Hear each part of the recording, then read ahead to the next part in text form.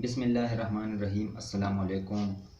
आज जो वीडियो है उसमें मैं आपको एक नया तरीक़ाकार बताऊंगा कि किसी भी मुल्क का वीज़ा किस तरह हासिल कर सकते हैं। आपके चांसेस बहुत ही ज़्यादा हो सकते हैं वीज़ा हासिल करने में, अगर आप ये तरीका अपना लेते हो तो। क्योंकि कई लोग आजकल एप्लीकेशंस प्रिपेयर करते हैं और अप्लाई कर लेते हैं और उनके रिफ्यूज़ल्स आ जाते हैं बार बार। उन्हें समझ नहीं आता कि किस तरह वीज़ा वो हासिल कर लें। किसी का इनकम लो होता है, प्रोफाइल ठीक नहीं होता। देखो, वीज़ा हासिल करना कोई, उसके लिए जो डॉक्यूमेंटेशन होती है ना, वो इतनी मुश्किल नहीं होती, वो कोई भी तैयार कर सकता है। क्योंकि टूरिस्ट या विज़िट वीज़े में ना तो किसी एजुकेशन की ज़रूरत होती है, आपको कुछ डॉक्यूमेंट्स तैयार करने पड़ते हैं। जिस तरह आपका होटल बुकिंग, वो भी इजीली हो सकता है। Flight reservation, application form, application fee, cover letter, ये सारी चीज़ें, ये ट्रैवल इंश्योरेंस, ये इजीली बन जाते हैं। बंदा जब फंस जाता है एप्लीकेशन में, वो है उसका इनकम, कि हाँ भाई, आप कितना कमा लेते हो अपने मुल्क में और ये इनकम कहाँ से आती है, किस तरह आपने ये सेविंग की है। यहाँ पे आके बंदा फंस जाता है कि अब वो क्या करे, और रिफ्यूज़ल भी इसी पे आ जाता है उसका।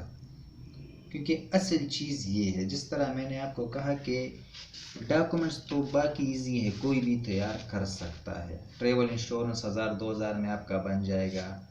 ऑनलाइन भी मिल सकता है आपको, होटल बुकिंग भी ऑनलाइन मिल सकती है, बाकी चीज़ें भी आप अरेंज कर लेंगे। लेकिन जो इनकम आपका है उसमें धोखा नहीं हो सकता, क्योंकि वो वेरीफाई करते हैं वो चीज़।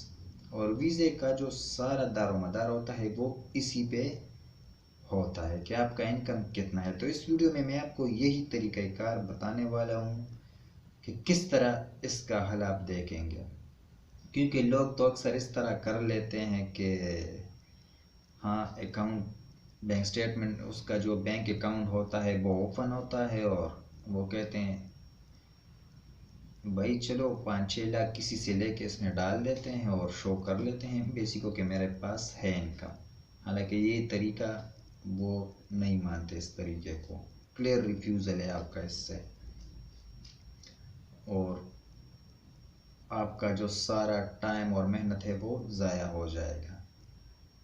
क्योंकि अकाउंट तो आपका जेन्युइन होगा, लेकिन उसमें जो पैसे जिस तरीके से आपने जमा किए हैं वो तरीका गलत है आपका। और इसमें ये तरीका जो मैं आपको बताने वाला हूँ ना, इसमें ये होगा कि जो लो इनकम वाले लोग हैं, क्योंकि मैंने पिछली वीडियोस में भी कहा था कि जिनकी सैलरीज 40-50 हज़ार है या इनकम है, वो अप्लाई नहीं कर सकते। उनके वीज़ा रिफ्यूज़ होने के चांसेस बहुत ज़्यादा होते हैं। लेकिन जिस तरह आप लोगों को भी पता है, जब बंदा रिसर्च करता है तो नई नई चीज़ें सामने आ जाती हैं। तो इसका भी मैंने कुछ रिसर्च किया है, और उन लोगों के लिए भी ये खुशखबरी है कि जो लो इनकम वाले हैं वो भी ये चांस ले सकते हैं, वो अप्लाई कर सकते हैं।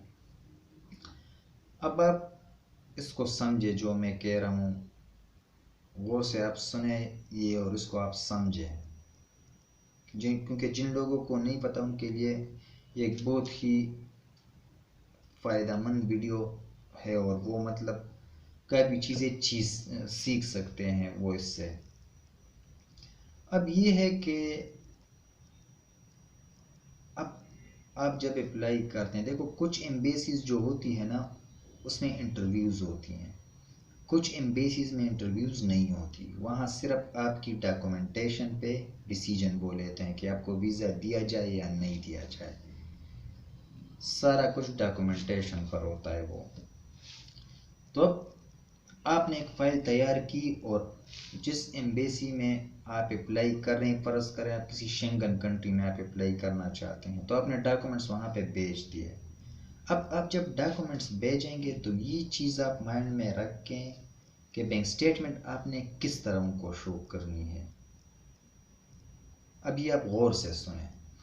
अब फ़र्ज़ करें आपकी सैलरी है 50,000, आपकी सैलरी है, ठीक है। 50,000 सैलरी आपकी बैंक अकाउंट में ट्रांसफ़र होनी चाहिए। ट्रांसफ़र नहीं भी होती तो आप हर मंथ डिपॉजिट किया करें, जमा करें अपने बैंक अकाउंट में। अगर ट्रांसफ़र ऑनलाइन हो सकते हैं तो बहुत बेस्ट है। ट्रांसफ़र नहीं हो सकता तो उसके बाद आप कोशिश करें कि चेक के थ्रू आप डिपॉजिट किया करें आपकी जो इनकम है। और अगर चेक पे भी आप नहीं कर सकते तो फिर आप इसी तरह डिपॉजिट कर सकते हैं, लेकिन ऑन ट्रांसफ़र और चेक डिपॉजिट मैं प्रेफर करूँगा आपको बहुत, क्योंकि वो जेन्युइन होता है। वो समझ जाते हैं कि उसमें शो ऑन होता है कि आपकी इनकम जो है वो जेन्युइन है। तो अब आपकी जो 50,000 सैलरी है, ठीक है, एम्बेसी अब ये देखेगी कि आपने जो बैंक स्टेटमेंट शो किया है, जो पैसे उसमें आपने शो किए हैं, ये किस तरह आपने ये सेविंग की है। तो आप इस तरह करेंगे कि आपकी 50,000 सैलरी आ जाती है। 50,000 में आप अब 30,000 आप निकाल दें बैंक अकाउंट से अपने खर्चे के लिए, और जो 20,000 है वो आप अकाउंट में रहने दें उसको। ये मैं आपको तरीका समझा रहा हूँ। अब आपका 20,000 हर मंथ सेविंग हो जाता है 50,000 सैलरी से। तो अगर महीने में आप 20,000 सेविंग कर लेते हो तो साल में आपके कितने बन जाएंगे? ये तकरीबन 2,40,000 आपकी सेविंग हो गई एक साल में। 2,40,000 एक साल फर्ज करें, मतलब फिगर इजी करने के लिए मैं आपको कहूँ कि 2 लाख कर लें आप। महीने की 2 तो हो ही जाएगी आपकी, अगर 2,40,000 साल का है तो साल का आपका 2 लाख सेविंग हो गया इसमें। अब फ़र्ज़ करें आपने जॉब, आपके जॉब का मतलब 10 साल का एक्सपीरियंस है, या आप बिज़नेस 10 साल से कर रहे हैं, और आप 2 लाख हर साल सेविंग कर लेते हो। तो एक साल में अगर आपका 2 लाख हो जाता है तो 10 साल में आपका 20 लाख सेविंग हो गया। 20 साल आपने सेविंग की 10 सालों में। उनको आप ये शो करेंगे कि आप ये काम 10 साल से कर रहे हैं, या आपकी जॉब 10 साल से है। अगर मतलब ज़्यादा है तो और ज़्यादा उस तरीके से आप करेंगे। तो ये तो मैंने फॉर एग्जांपल आपको कहा कि 10 साल आपका एक्सपीरियंस है और आप सैलरी ले रहे हैं, और इन 10 सालों में आपने 20 लाख सेविंग की है। अब 20 लाख चलो नहीं है, आप कहेंगे आपके 20 लाख तो हमने मतलब सैलरी सारी निकाली है और इधर उधर लग गए हैं, अकाउंट तो खाली पड़ा है। तो ये जो मैंने आपको फार्मूला बताया, फ़र्ज़ करें आपने किसी से 20 लाख लिए, 20 लाख आप अकाउंट में रख दें, अकाउंट में आपके 20 लाख आ गए, ठीक है। ये आपकी जो 10 साल की सेविंग है ये हो गई है आपकी। 20 साल आपने आज ही रख दिया, लेकिन ये 3 मंथ्स तक आप रखेंगे बैंक अकाउंट में। मतलब कुछ एम्बेसीज होती हैं कि वो लास्ट 3 मंथ्स का बैंक स्टेटमेंट वो आपसे मांगते हैं। फॉर एग्जांपल नीदरलैंड एम्बेसी है, वो लास्ट 3 मंथ्स का बैंक स्टेटमेंट मांगते हैं। तो 20 लाख आपने रख दिए आज, 3 मंथ्स तक उसको पड़ा रहने दे अकाउंट में, और तो लास्ट 3 मंथ्स का बैंक स्टेटमेंट आपका उनको शो हो जाएगा।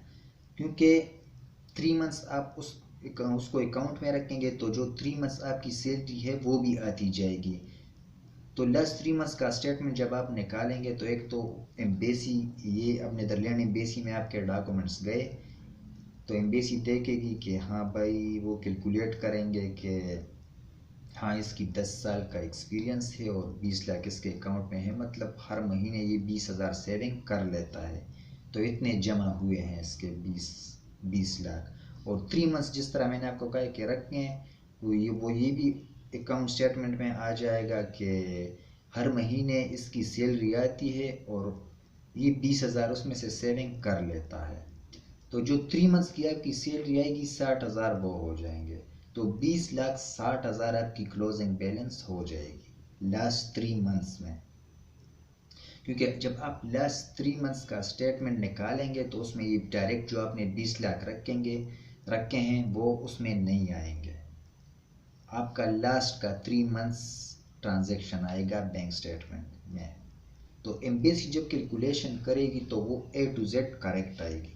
वो खुद कहेंगे कि यार ये तो 10 साल से काम कर रहा है और हर महीने ये 20,000 बचा रहा है, ये 20 लाख बिल्कुल इनके जेन्युइन पैसे हैं और ये पाकिस्तान में मतलब सरवाइव कर रहा है, पैसे कमा रहा है, बचत कर रहा है ये, तो वो आपको इस चीज़ से वो आपको वीज़ा दे देंगे वो, क्योंकि ये उनका एक यूरोपियन कमीशन का जो है उनके भी आर्टिकल्स होते हैं, एक आईन होता है, उस हिसाब से वो ये चीज़ें देखते हैं। तो ये जो फार्मूला मैंने आपको कहा है, ये नहीं है कि 10 साल में आप 20 लाख रखेंगे, आपने जस्ट शो करना है कि आप 50,000 में से 20,000 आप सेविंग कर रहे हैं, और आपका अगर 10 साल का एक्सपीरियंस है तो 6 साल का आप उनको 12 लाख शो कर दें, वो भी पॉसिबिलिटी ठीक है। हाँ, बाकी आपने कई इन्वेस्ट किए हैं, लेकिन आपका बैंक स्टेटमेंट जेन्युइन हो जाएगा इससे, बहुत ही जेन्युइन हो जाएगा इससे। और आप किसी मुल्क का भी आप वीज़ा पे अप्लाई जब करेंगे तो आपको टेंशन नहीं होगी इसकी, आपके पास जस्टिफिकेशन है इस बात का कि पैसे किस तरह आए हैं और किस तरह आपने मेंटेन रखे हैं। तो ये तरीक़ाकार, इसमें आपके वीज़ा लगने के बहुत ही ज़्यादा चांसेस हैं, आपको वीज़ा मिल सकता है, क्योंकि आप देखें, आप इतने मतलब इतना टाइम आप निकाल लेते हो डॉक्यूमेंटेशन के लिए, और पैसे भी आप खर्च कर लेते हो, और एंड पे आपका रिफ्यूज़ल पे आ जाता है। तो थोड़ा सा अगर प्लान करके ये फार्मूला यूज़ करके आप अगर उस तरीके से चलें तो एटलीस्ट ये होगा कि वीज़ा का रिजेक्ट होने के जो चांसेस है वो 10-20% आपके आ सकते हैं, 80% आपका वीज़ा लगने के चांसेस हैं कि आपको मिल सकता है अगर आपकी डॉक्यूमेंटेशन ठीक है तो, क्योंकि वो हर चीज़ देख लेते हैं, आपकी इनकम, आपके खर्चे, फार्म से वो उनको पता होता है आप शादीशुदा है या सिंगल है, किस तरह मतलब आप सेविंग कर लेते हो। तो इस फार्मूले से उनको आपने सब कुछ बता दिया कि हाँ भाई आप ये सेविंग कर रहे हो और आपका टूर है, आपके पास पैसे पड़े हैं, आप अफोर्ड कर सकते हो, दैट्स इट। उनके पास फिर क्या जवाब होगा कि वो आपको रिफ्यूज़ कर दे। आपने उनको कहा कि भाई मैं जॉब कर रहा हूँ यहाँ पे, ये मेरा अकाउंट है, ये मेरी सेविंग है, इसी तरह मेरी सेविंग हो जाती है, और मेरे इस टूर पे 1 लाख 2-3 लाख 4 लाख खर्चा आएगा इस पे, मैं ये मतलब ये ख़र्चा मैं अफोर्ड कर सकता हूँ, और वापस आकर भी मेरे अकाउंट में इतने पड़े होंगे पैसे, मतलब कोई फ़र्क नहीं पड़ेगा, मेरा जो बजट है इस टूर से मेरे बजट पे कोई फ़र्क नहीं पड़ेगा। तो वो आपको इजीली फिर वीज़ा दे सकते हैं, वो भी कहेंगे कि हाँ ठीक है, इसके पास पैसे है और ये जा सकता है टूर के लिए, मतलब आके भी इसके पास अकाउंट में पैसे पड़े होंगे, और अगर ये नहीं भी आता तो ये इतने पैसे हमारे मुल्क जाएंगे, ये उधर इन्वेस्ट कर सकता है, इसको जेन्युइन मनी है ये। तो वापस तो आना चाहिए हर बंदे को, क्योंकि बाद में आपको फिर वीज़ा मिल जाएगा, फिर भी मिल जाएगा आपको। देखो, जब आप जाते हो ना विज़िट वीज़े पे या टूरिस्ट वीज़े पे, जब आपको मिल जाता है वीज़ा तो कोशिश करें कि आप ना रुके वहाँ पे, है ना, आप किया करें।